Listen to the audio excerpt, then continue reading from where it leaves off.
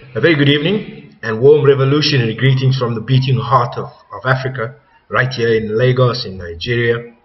This is part 3, and I apologize just off the top. I apologize that things have changed. I know it was supposed to be a 3-part series, and now going to be a 5-part series. My humblest apologies. Unfortunately, things come up. Just brief recap. I've warned Willem Petzer that my ancestors are not people to be trifled with. You can start seeing the results of how they're starting to work with you, Willem. I hope you enjoy the limelight now that people have discovered, and it's only going to get worse, far worse. If you thought that Greek guy was walking around on the beach in Greece saying using the K word, just a simple K word, I think people are going to throw the kitchen sink at you, or whatever can be thrown at you. I can assure you will be thrown at you. Just to you will see a short clip here of Willem Petzer talking about President Ramaphosa, who supposedly, quote-unquote, told lies. He came up with 2 blatant lies. But this is actually a good thing, because this discredits him for the rest of his term, and everything he says up until now can be seen as lies. But the most important thing is, I'd like to know from Willem Petzer, why is it in order and okay for you to lie and for you to have credibility thereafter after the lies? And I've been proving, just in 2 episodes, I've proved how much of a blatant joker of a liar you are. And not just that, the reasons behind your lies, the reasons of you promulgating and forwarding and trying to ensure that this narrative, this nasty, racist, revisionist narrative of yours happens as a continuum. So please just listen to this clip.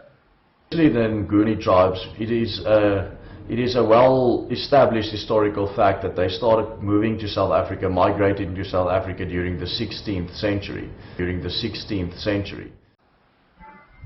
So Willem Petzer, it's okay for someone else, particularly when they're black people, to come up with 2 blatant lies, and therefore he has no credibility, he's dishonest moving forward, we can discount everything he says because he's got no credibility. Willem, you tell lie after lie, and I prove it, lie after lie. So this one I'm just going to dedicate to a very, very critical lie which you've mentioned. If you remember last night, I did a little clip of you by awarding you with Douchebag of the Year award, that you too dof, even you're not as smart as a 5th grader, a standard 1st grader. So I'm going to play this clip again for you, just to prove how much of a liar you are. Not just that, how much of a dof liar you are. Enjoy this clip, Willem. All around the cobbler's bench, the monkey chased the wind. black people in general, especially the Nguni tribes, it is a well-established historical fact that they started moving to South Africa, migrating to South Africa during the 16th century. The monkey chased the weasel. The monkey thought was all in fun. Pop goes. Ain't he great, folks? Ain't he grand? The douchebag of the year.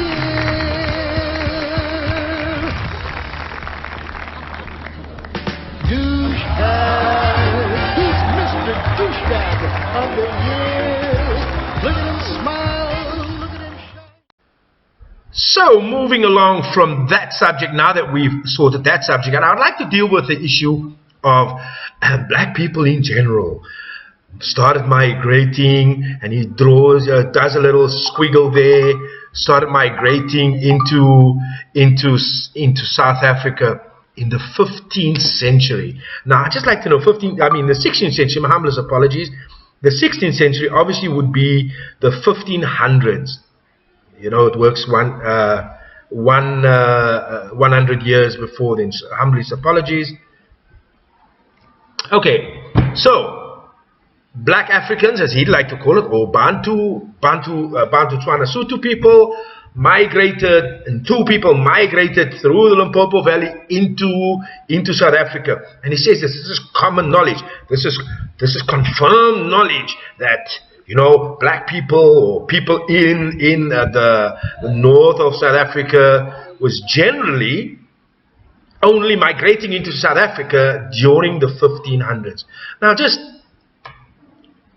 I want to just share something with you. So Willem, what I'm going to do now for you, right?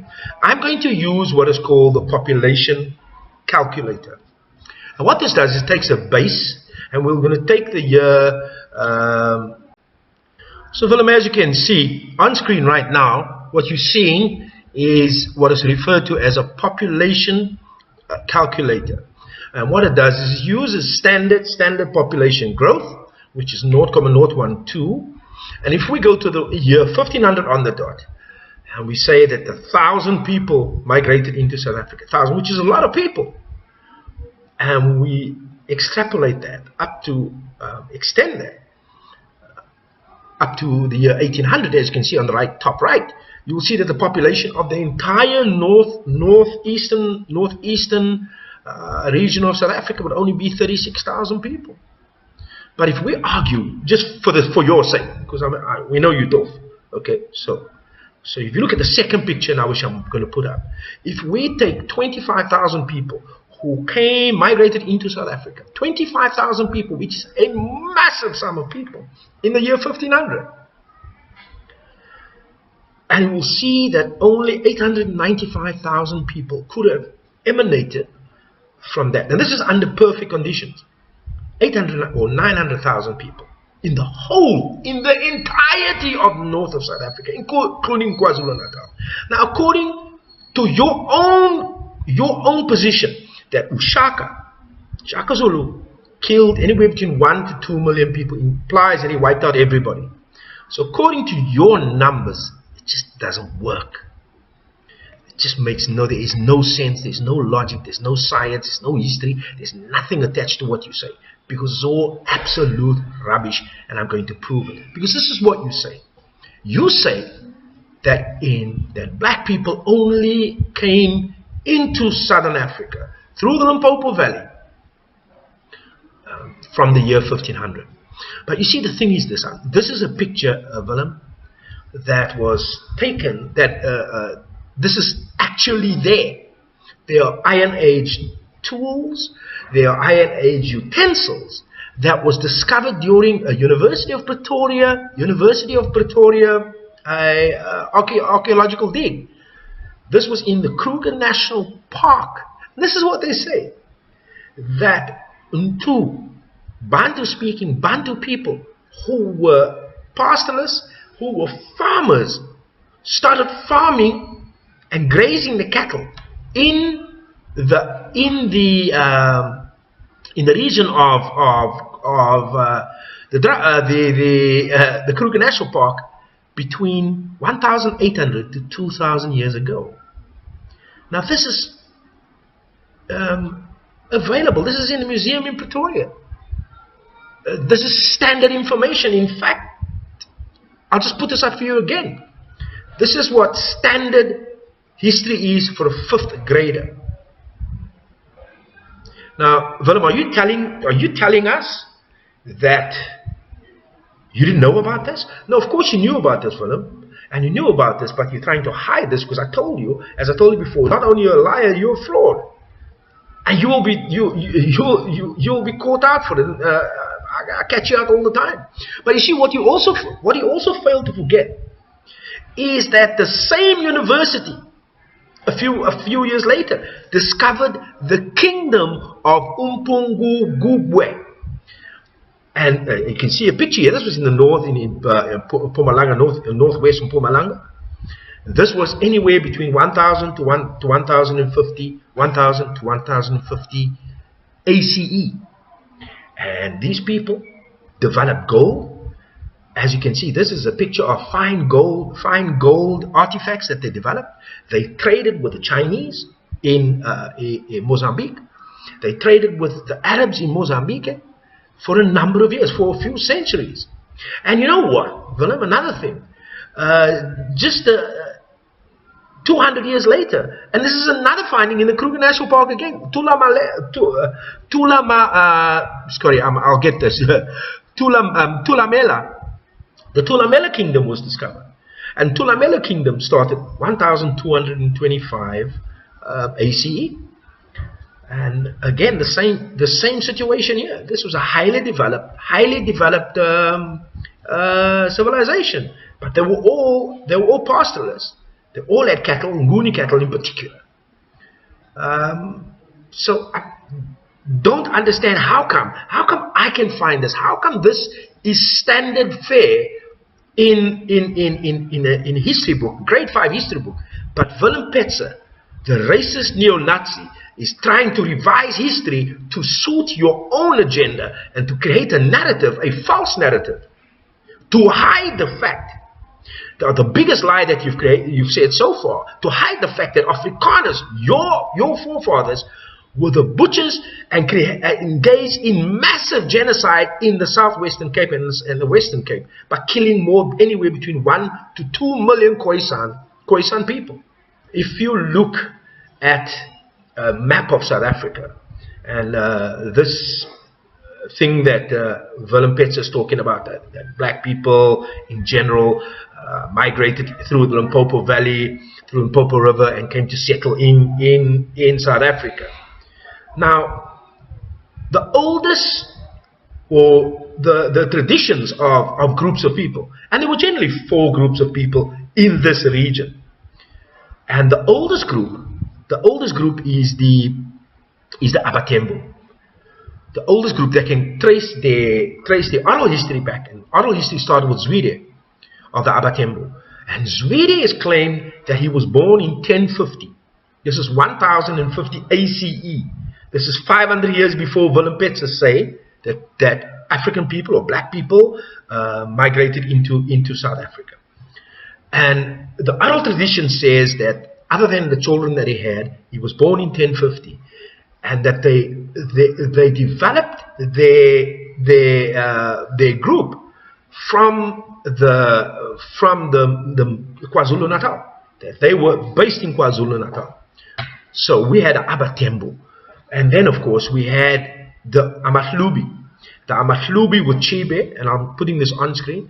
Their oral tradition claim that they were in South Africa from their group under the leadership of Chibe commenced in 1300, and that's a picture of them. Then, of course, we have the Amapondo, which is also a separate group. And Amapondo is very interesting because this is a picture of Faku, of King Faku. King Faku lived around the same time as Nkosi Shaka. King Faku was born in 1780, and this is a lineage line of the oral traditions of Faku. He was born in 1780, and if you look at the picture going back, there were 20 kings before him. So if we say that a king reigned on average, some of them reigned up to 80 years, some of them reigned 70 years, 60 years. So we take an average of 50 years, and there's 20. That's at least 1,000 years. So this was at least 780, or at worst 1,000 years. So this is the Amapondo kingdom. So just to recap quickly, we had the Abatembos, who claim they go back to 1050. In terms of the oral tradition, we got the Amapondo, who claim they can go back to 1000. We got the Amahlubi, who claim they can go back to 1300. And this is all hundreds of years before this guy is claiming this. And of course, the last biggest group we have is the Amaxhosa. And the Amaxhosa goes back to Nguni. The only difference between Amaxhosa and the other 3 groups is that once Chawe was around, it split laterally. And you had Chirwa, you had Jwara. So these three lines just exponentially grew. So you had the Xhosa clan, and of course there was Amakwati as well, which is a separate tribe altogether, but we're talking about the oldest tribes now. The Amaxhosa, more than anybody else, spread laterally and obviously grew 3 times faster than anybody else, because they had three dynastic lines.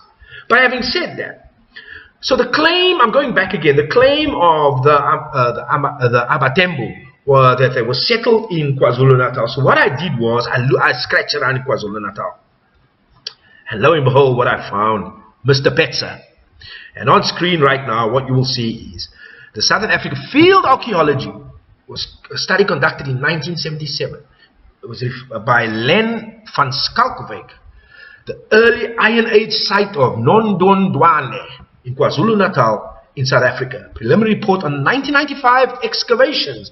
And this, as you can see, the picture here was on the conflux of the Tulamela River in KwaZulu-Natal, to be exact. But this is very interesting, what they discovered. And they discovered 3 sites. And you have a look at this picture I'm putting up here now. They discovered 3 sites. What did they discover? They believe that the oldest one was from 300 ACE to 1100 ACE. Then they had one thereafter, which was 750. And then the one before that was a period of 200 years. So in any event, anyone you want to take there, anyone you want to take. And this was, Mags and Michael did this archaeological dig in 1973. So in 1973, people knew that there were Iron Age people in KwaZulu-Natal. How did we know that this was two people? How did we know that they were pastoralists? For the simple reason that if you take this picture, you will see this picture in particular, this gray spots, the design spots there, those dots and lines, they were hardened, baked cow dung. Now, if you've been in the Eastern Cape in KwaZulu-Natal, you know that rondavels in the villages the floors are all made of cow dung, compressed baked cow dung. So this goes back all the way 300 to 500 ACE, 1,000 years, 1,200 years before our friend Mr. Petzer claims that there were anybody in KwaZulu, in South Africa. So again, Willem, I'm proving to you that you're a confounded liar, that you're absolute fraud, and if I had my way, I would arrest you for fraud. Because you're dealing with a very dangerous issue. You are trying to write out a people, an entire people, out of history. You're trying to remove and to revise history to suit your own ends. And your own ends is nefarious. So in any event, enough of Willem Petzer. I think you're going to be in for a very interesting weekend, Willem Petzer, because tomorrow's Friday, and we'll see what happens to you tomorrow. But those of you that write in, particularly my brothers and sisters from Occupied Azania that write in to give me words of encouragement, I appreciate it. For those of the nut jobs, the far right, the Diamaka Boere, I mean, you just guys are a bunch of idiots. I prove over and over and over again that the nut jobs you're listening to is just going to make your future and your life far worse than it is already. Far worse. This is the truth. Go and research what I say. Challenge me with research. I've always challenged people anytime I open my mouth. I say to you, bring forward a counter-argument, a scientific, historic, anthropological, genetic counter-argument. I'm open to counter-arguments at any time. So of those of you in Occupied Azania, my brothers and sisters, I greet you with power. Amandla, I wish you from our warrior ancestors, the memory of our warrior ancestors, and particularly yesterday, which was Sis Winnie's birthday. We know Sis Winnie has given us a sign that Willem Petzer's ass is going to be kicked, and going to be kicked very badly, because what my ancestors have been doing has been blitzaming his ancestors, and his ancestors are going to blitzam him because he's an idiot, and they getting blitzamed wherever they are by my ancestors. So it's game on. I appreciate it. I will be doing Ushaka tomorrow and the Mefrakane as a separate issue. I hope that because this one, other than just challenging Willem Petzer's stupid lies and disproving what he says, that Africans were indeed in South Africa for more than 1,500 years, which proves that they have tenure, which proves that they deserve to be here. They didn't just migrate here. Tenure of 1,500 years. Oh my gosh, it's a long tenure. But anyway, having said that, I thank you very much for watching, spending the time and spending the data. From the beating heart of Africa in Lagos, Nigeria, I greet you, and I look forward to sharing with you tomorrow. Have a fantastic evening. Thank you.